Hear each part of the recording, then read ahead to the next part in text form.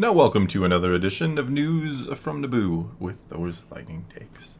And let's get right to the news. Alright, instead of really talking about news today, I want to talk about a couple of things or thoughts I had about Ahsoka. I think I mentioned in a previous video that I had a Mon Mothma New Republic conundrum / theory / stuff. Sure. Let's talk about that. Let's talk about Mon Mothma.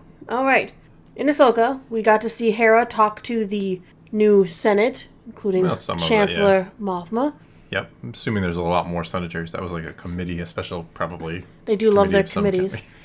I am not a committee. I have a lot of questions on why the Senate is allowing the Imperial remnant to kind of run wild, while they're going to essentially allow Thrawn to run wild. I mean, Mon Mothma desperately, you can tell, just by looking at her in the faces, the expressions she made. Genevieve O'Reilly is a very talented actress. Absolutely. You can tell she's got a lot to say and a lot of reluctance to say anything because of what happened to the former Senate. I am the Senate literally happened. Yes.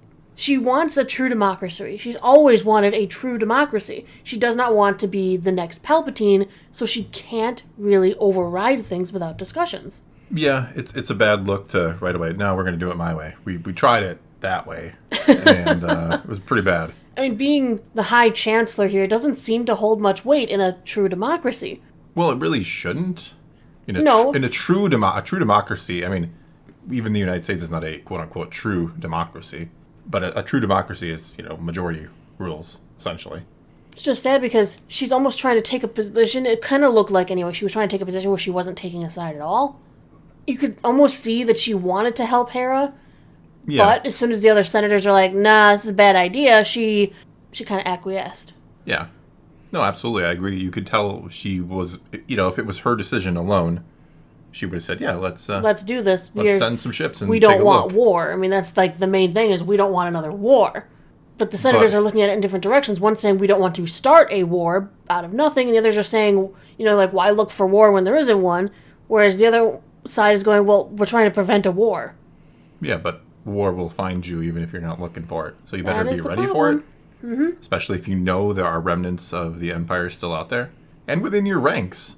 Like, Hera just... They even commented on that, yes. Yeah, in theory, I think Hera obviously gave all the news. I saw some people saying, well, Hera didn't even mention that there was like an Inquisitor and that they were making a hyperdrive. I'm assuming that the senators got the full report, even if we don't see it. So, well, I think that there was a report first, and then they were coming to kind of discuss what she wanted to do as a response to the report. Well, there's no reason in Hera giving us a recap of the next episode. It is assumed she said all that. So I saw people complaining about that, but I'm assuming she told them. I figure when she sent them a message that I want to talk to the council, that they were briefed as to what this conversation would be about. Hence why they came prepared with rebuttals.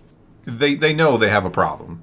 Mm-hmm. And the solution seems to be, well, they're not that organized. It's not going to really coalesce into anything we need to worry about. Seems to be their current stance. Could they possibly not realize how corrupt they are? Or even maybe this is their eye-opening situation where they go, well, she's pointing out, look what happened at the shipyard. These people were still loyal to the Empire, still loyal to Morgan Elsbeth, building something for her.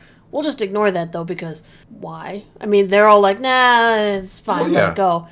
Did they not realize how much of this is still out there? You've got a Delphi squad out in the Outer Rim, Carson Teva coming in with reports going, hey, there's some bad stuff going out here. He's like the one remnants of my are acting new up. characters. I don't know why, but I love that guy. He talks about it constantly. They're having skirmishes with them. Hey, these pirates might be in league with them. Yeah. But everyone is ignoring it. Is it because they don't want there to be a problem? They're ignoring the problem to hope it goes away? Well, they've been pushing this idea, and it starts in The Mandalorian. It starts in the Pershing episode, where, like, I'm rich, where I'm a senator. I got a pretty good gig here. Empire, Republic, it's all the same to me kind of thing. That's right. And even Hera brings it up here, like, I fought in the war. Did you? No, you sat back and waited to see who would win. Well, it's funny because this is something they also brought up in that movie that should not be named, The Last Jedi, where they go to the casino and DJ is all like, don't doesn't join, matter. Not Dark Jedi.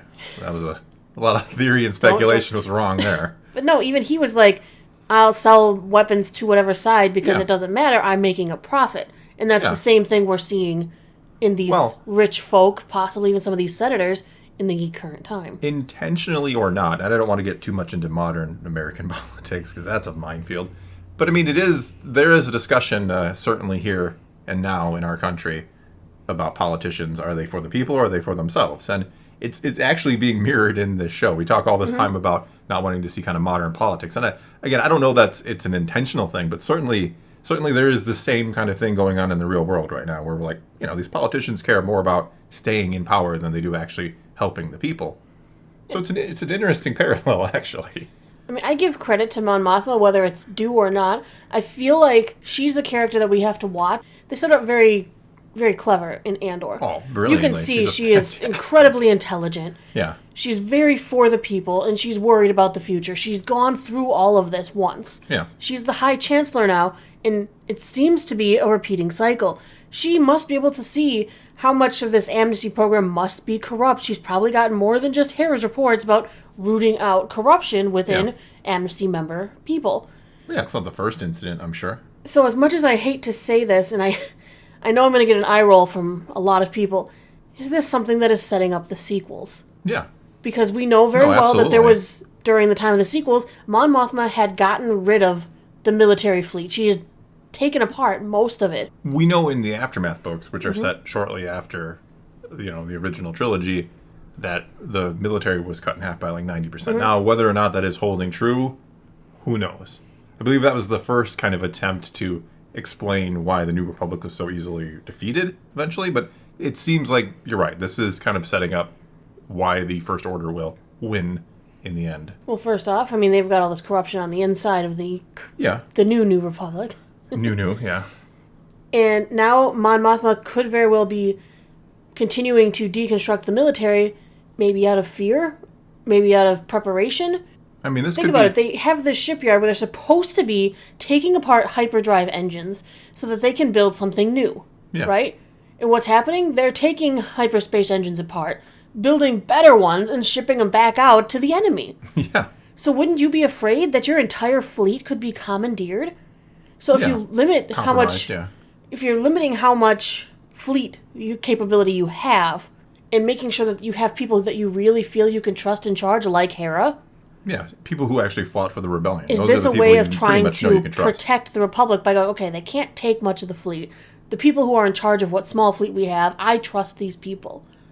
You're not putting people in charge who she doesn't trust. Well, no, you shouldn't at this point. You're still a fledgling new government at this point. Mm-hmm. You're 5-6 years old, and you're basically trying to transition an empire into a republic. I'd like to think that Mon is reading between the lines and trying to maybe mitigate how much damage that these infiltrators can do, that this amnesty program, or maybe more of these rich folks who just don't care as long as they stay rich, by downgrading the military, maybe preparing some sort of a contingency. Well, I mean, I think you hit it on the head. Like, they have this problem right now in this time period of trying to explain the sequel trilogy. That is, whether we like it or not, whether you love those films, hate those films, they're going to stay canon. Mm-hmm. So this time period has the unfortunate problem or dilemma of explaining why in one shot does the New Republic crumble. Literally one shot. I mean, it might hit multiple targets with his one shot from Starkiller Base, but it is one shot and the New Republic is gone. And they also knew exactly where and when to hit, most likely, because they're infiltrated. Yeah. I mean, we know that there's still some sort of big conflict that happens that makes the New Republic recognize First Order space. It ends in an armistice, yeah. Yes, so we know a battle is coming that will end in basically a truce. Like, yeah, you go get that and we'll stay and do our thing. But we have no idea when we're going to get information on that. What exactly happened, the First Order coming to power. Either they verbally worked out this agreement, or there was a battle first, and then There's going to be a battle. Come on, it's Star Wars. We didn't verbally work out anything. Not without laser fire first. But in one respect, I would hate to see that Thrawn is the one who negotiates this armistice, because I feel like he's a bigger character than I think Thrawn is. Well, it's kind of funny, because they've kind of tried to lay the groundwork of the First Order in some of the books and comics. And I think that's... I really think Filoni's just going to come in and say, nah, it's Thrawn. He kind of is the founder of the First Order. He's going to be ultimately responsible for, kind of helping it. They're going to win a battle. They're going to realize they probably can't win a war against the New Republic, and you're going to say, well, we'll just take this part of space, and we'll leave you alone, we'll leave each other alone, and that's it. Meanwhile, they start building up to the sequel trilogy. Yeah. Yeah, the First Order, in secret, will begin building Starkiller Base, and I just thought it was interesting that a scene in the show that I thought maybe at first glance took a little long and was a little boring-ish. I don't know, it droned a little bit. But when you really think about it, you're like, well, this is a little more than meets the eye here. This could be very easily setting up things in the sequels, showcasing a lot of concerns and things that we do see in the future are starting now. No, absolutely. That is entirely the intent of both that Pershing episode and the Hera meeting with Mon Mothma, to see that she doesn't really, as you point out, she doesn't want to step up and let's do this, let's do that. That's what the last person did. Now, of course, she can't seize power. Her intent might be a little better or a lot better, but she's not going to do that. She wants it to be a true democracy. In a weird sort of way, we're going to see the problem of a leader not stepping up to lead when she needs to. I almost feel because she's so afraid of being the last leader. Yes, it's going to be so kind of afraid of ironic. turning into Palpatine that she might become too passive. Yeah, it's like poetry. It rhymes. We see what happens when the wrong person steps up and lead, and then we see what happens when the right person doesn't step up to lead. We'll see. I mean, there's obviously going to be more show after this. There's going to be a movie. Oh, yeah. So this could be an entirely wrong assumption, but it feels right. You're not wrong. I'd bet almost anything that this is... it's clearly just trying to set up the fall of the New Republic, right? Mm-hmm. And just to show you from the beginning there were cracks, and that they didn't get filled in. No, they didn't take care of the cracks. Maybe the amnesty program needed to not put so many people in high-ranking positions.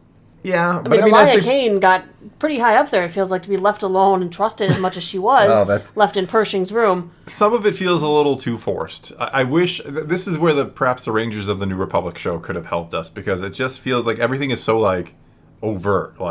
We're sitting here it's obvious that this thing's going to fall. And it's like the people in universe are like, yeah, it's, we just got to deal with the amnesty program people, or we just let the Empire do their thing out there. Where you're like, would they really do that? But yeah, I mean, it's all, like it or not, it's all setting up the First Order and the fall of the New Republic. And for now, I guess that's going to be all we got for you this time. So now it's your turn to take to the comments below and tell us what you think about all of this that they're doing with the New Republic. Do you like it? Do you hate it? Do you realize that's just how it's going to have to be if we have to adapt to the sequels? Whatever the case may be, leave those comments below. Let's talk some Star Wars. And until next time, thanks for watching.